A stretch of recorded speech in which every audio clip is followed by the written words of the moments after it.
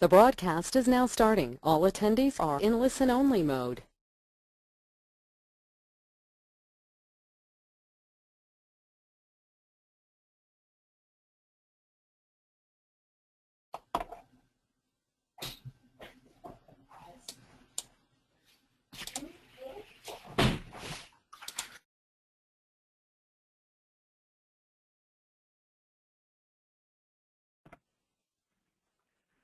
Good afternoon, everyone. This is Narek Rome with Americans for the Arts. Welcome to the 2015 preview of the upcoming Arts Advocacy Day taking place next week here in Washington, D.C.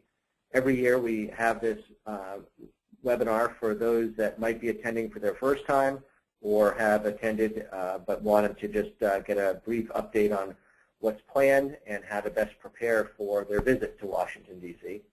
I'm joined by a few of my colleagues, Kate McClanahan, the Director of Federal Affairs, and Jay Dick, our Senior Director of State and Local Government Affairs. And the three of us will give an overview of what's expected next week, both in terms of activities, what's happening on Capitol Hill, and some ideas on how to prepare for your visits, both to D.C. but also with members of Congress and their staff. And so with the, please, we will ask if there's questions along the way, and if you have a question, you can type it in the chat box. I will then repeat the question and answer it for everyone. This webinar is being recorded so that others that weren't able to tune in at this part of the day can listen to it before they arrive this weekend or on Monday, the start of the session. So we'll get started here.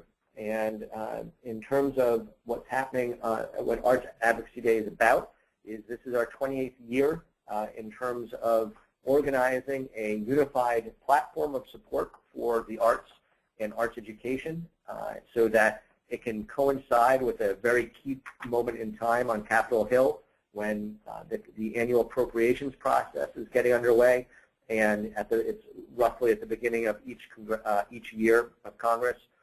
The Congressional session, and doing this in March. It's a very busy time in Washington, D.C. And on Capitol Hill, and certainly on Tuesday of next week, it will be we'll be joining what are probably 6 or 7 other national organizations hosting their own advocacy days. We'll be the only arts group up there, and this is the largest one of its kind. We have 87 national co-sponsors representing thousands of arts organizations around the country and all the art disciplines.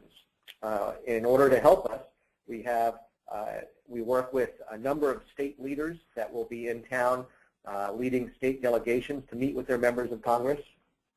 And hopefully you have heard from some of them already, and we'll get into that in a little bit.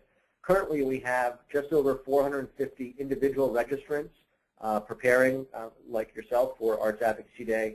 And a good number of them, roughly a third to half, are first-time attendees each year. And so we think this webinar is a helpful way for preparing and understanding what's going to be happening here. And so I'll hand it over to my colleague Kate, who works on the Hill almost every day, to give a sense of what's happening in terms of the political landscape right now and why it's important for the work that we're doing. Sure. Hi, everybody. And as Narek mentioned, right now in the springtime is the high season for appropriations on Capitol Hill. It always starts on the House side, and then the Senate proceeds a little bit later with that process. But right now, they are considering the budget in committee this week. Big action there, and that will set then the top lines for spending that the appropriators can then decide in their bills. Also this week, they are having public witness testimony in the Interior Appropriations Subcommittee. We have several witnesses coming in who will be speaking on behalf of funding for the National Endowment for the Arts, also the National Endowment for the Humanities, and other programs that are funded through that under their jurisdiction. So a lot of work, a lot of exciting action happening, quick action happening on that side of funding with that. I want to give you sort of a paint of that landscape of how that's shaping out. Also on that committee, if you don't already know, we have several members who are very strong pro-art supporters. The new ranking member on Interior Subcommittee is Congresswoman Betty McCollum from Minnesota. She is also has been a national member of the National Council on the Arts. She is also joined by Shelley Pingree from Maine, also a very strong pro-arts person. And then on the majority side as well, we've had support there to also seen with the chairman, with Congressman Calvert. So a lot of good meetings to be happening as you have those scheduled with your state captains.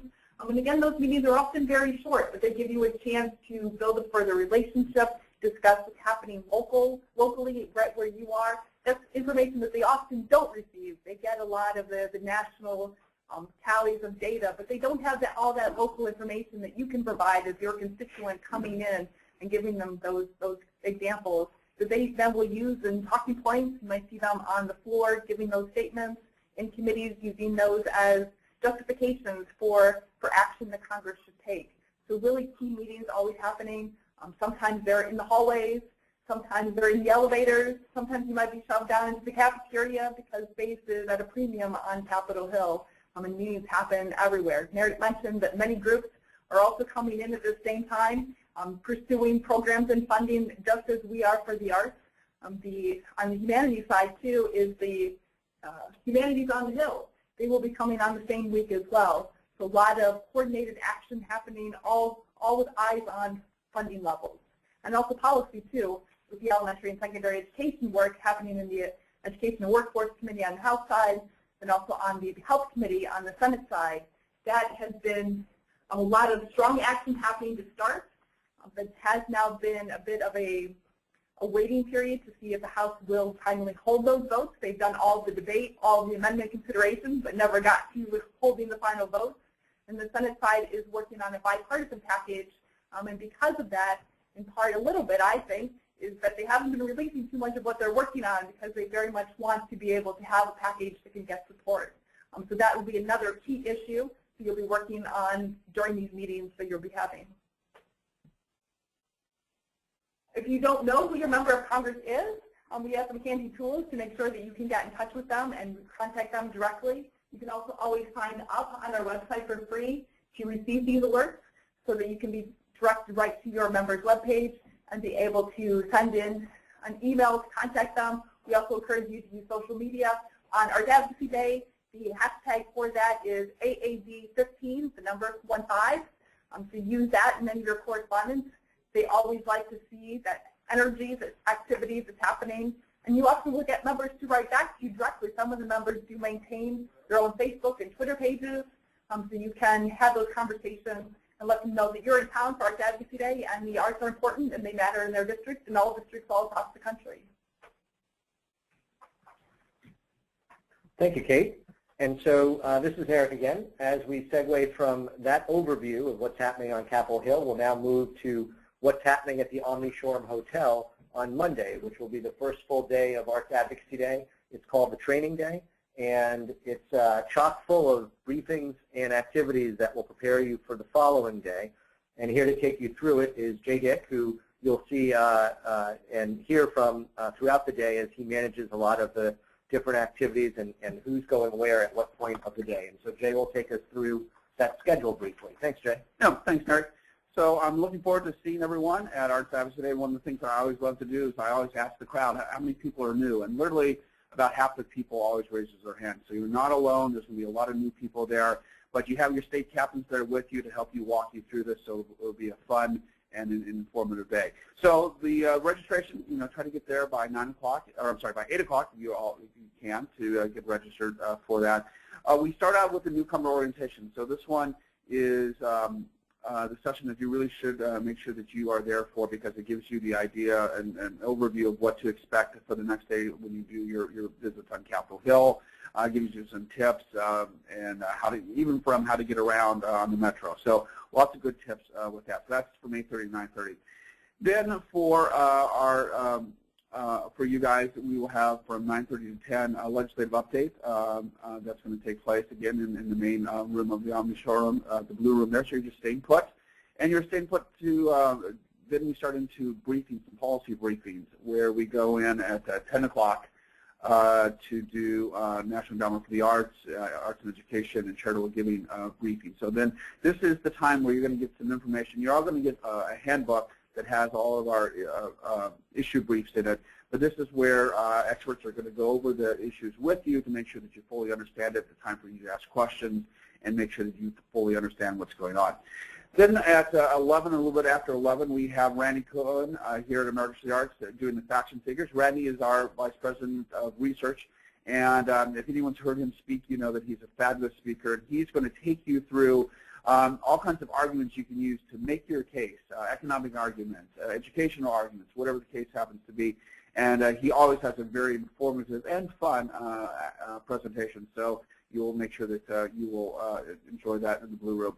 Then we have lunch in our keynote. Chairwoman Sharon Jane Chu will be there. She'll be speaking for a few minutes to kind of welcome everyone to Washington, D.C., express her gratitude for everyone for making the trip, and then we will do lunch.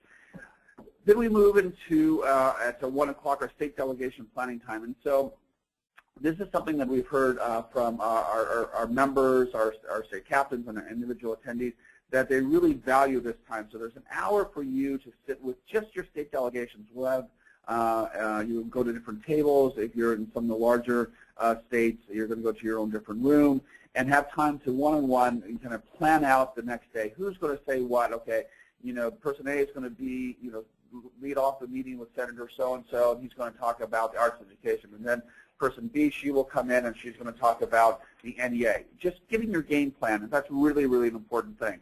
So you're so you plan to make sure you attend those. Your state captains will be making sure that you know what's going on, and they'll be helping and guiding you there. Then we go into our concurrent breakout. So this is just some more time for you to learn a little more information about some of the different topics that's contained in your handbook. You have options here. So there's 5 different options at each time, so you get to pick one. So, you know, I would encourage you, after you have done your state delegation planning time, to try to split up and make sure that people attend different training sessions, so you become the expert of the day in arts and healthcare, and your friend becomes the expert of the day in the Corporation for Public Broadcasting, or whatever the case happens to be. So again, the 2 different sessions where we will, you know, you can give a little more information on different topics there. Then a quick little refreshment break, and then we go right back into another popular part of our session. It's called our Congressional Role Play. So basically, we give you a couple different scenarios of what you might expect when you go meet with the member of Congress or their staff. You know, Kate said you might meet them in an elevator. We've done the elevator meeting pitch one year about how to do that. But traditionally, it's going to be, you know, how to deal with a member of Congress, how to deal maybe with their staff, someone who's maybe not very familiar at all with the arts, someone who maybe is hostile to the arts. There's all different types of arguments and paths that you can use to try to help convince them to be on part of our team here. So Congressional Role Play, again, back in the main Blue Room.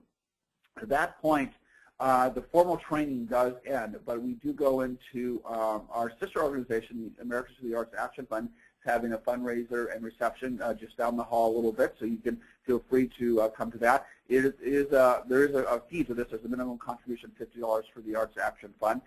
Many of our members are participating in this, and so we do encourage you if you want to do that.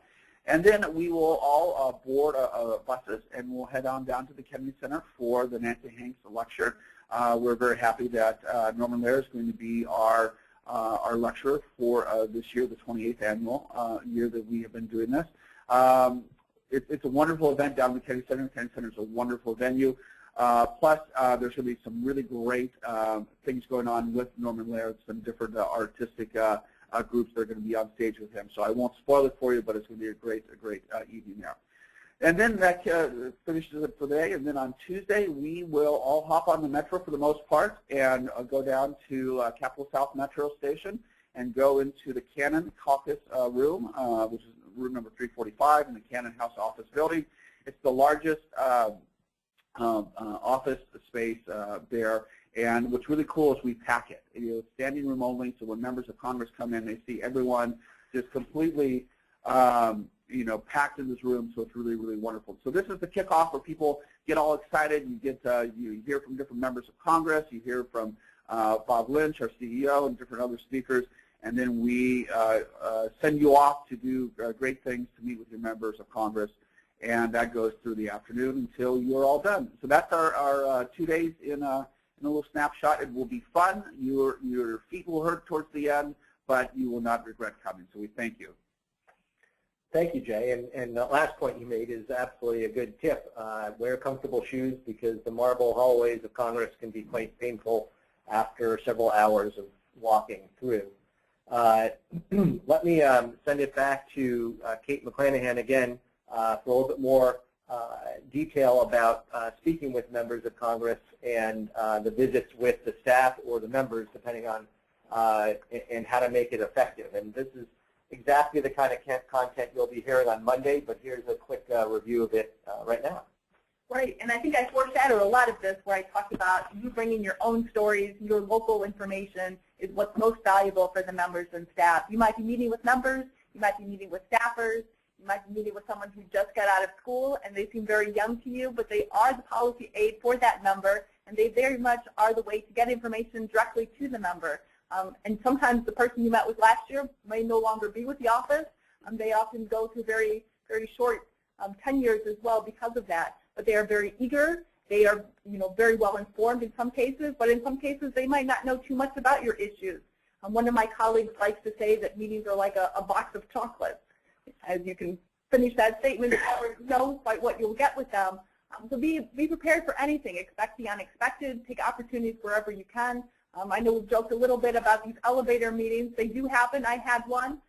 But that's an example of where, anytime anything could happen and run into your, be a chance for you to be able to deliver in a way that you might not expect is the takeaway there.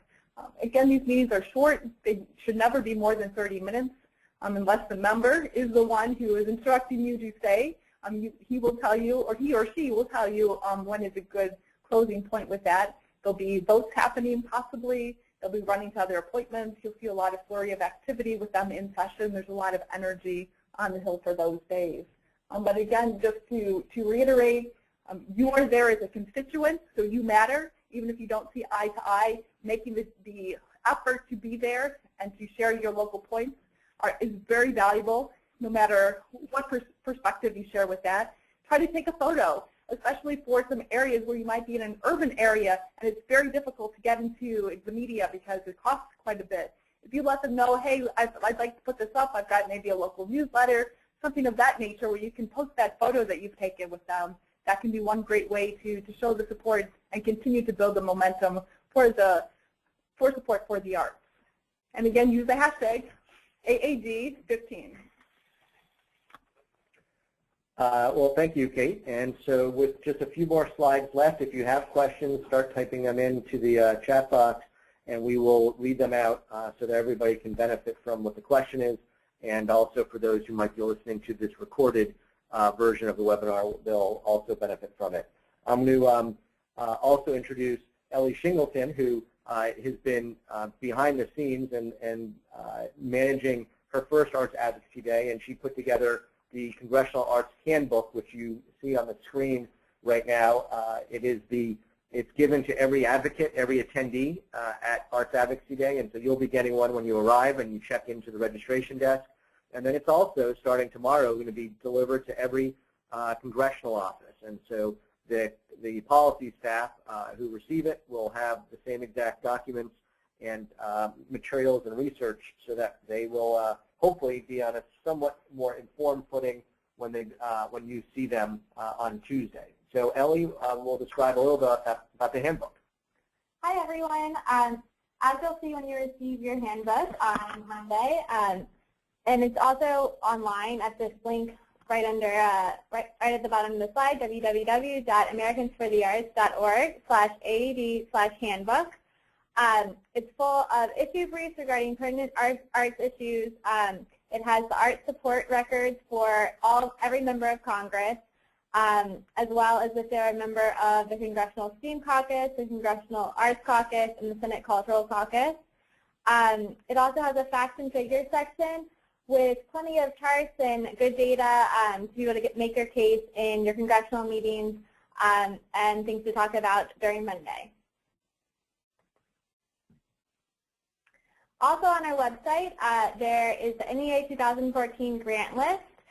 There was a grant in 2014 in almost every single congressional district, so you're able to check out if there was a grant in your congressional district or state that you may want to bring up in your congressional meetings.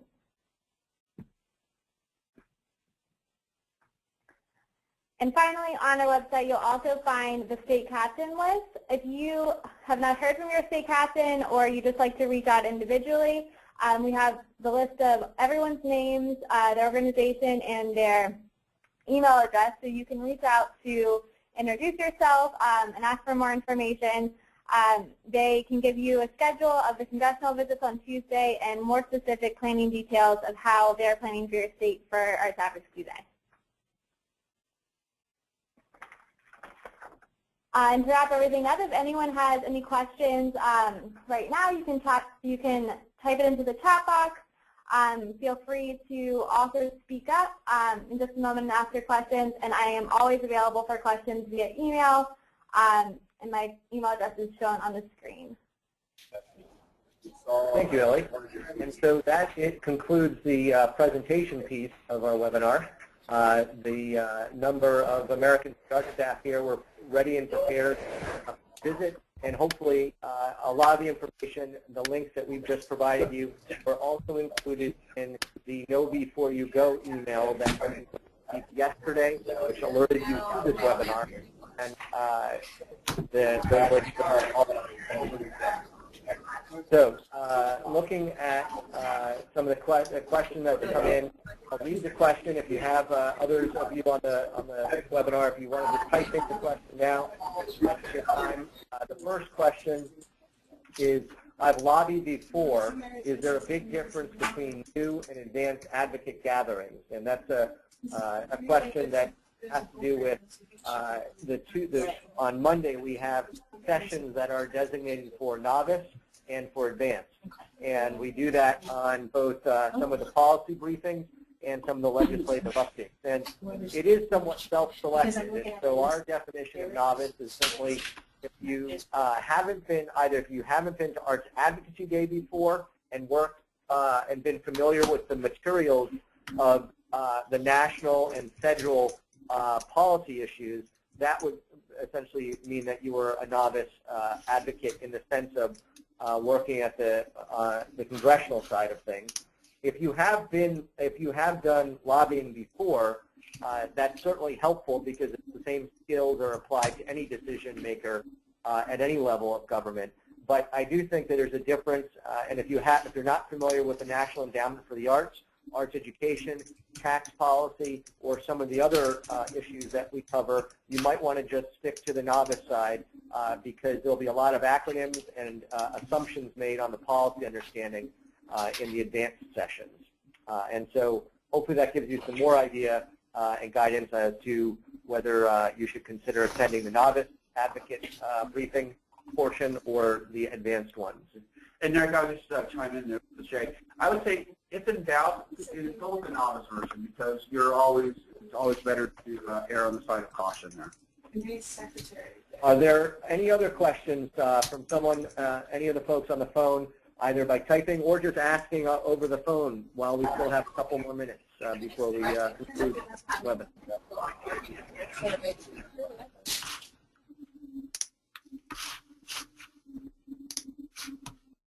If there are any questions, I'm pausing to see if there's any questions from those of you dialed into the webinar before we conclude. Now's a good time to ask. For the good of the other attendees, they'll hear it and we can answer it, or we appreciate your time and preparing for your trip to Washington in a couple of days. Okay, then thank you all for tuning in. This will conclude the preview of the 2015 Arts Advocacy Day. And in the meantime, if you have questions, please email Ellie and use the email that you should have received both on yesterday and perhaps from your state captain before this as well. Thank you very much for tuning in, and we look forward to seeing you here in Washington on Monday morning. Have a great trip.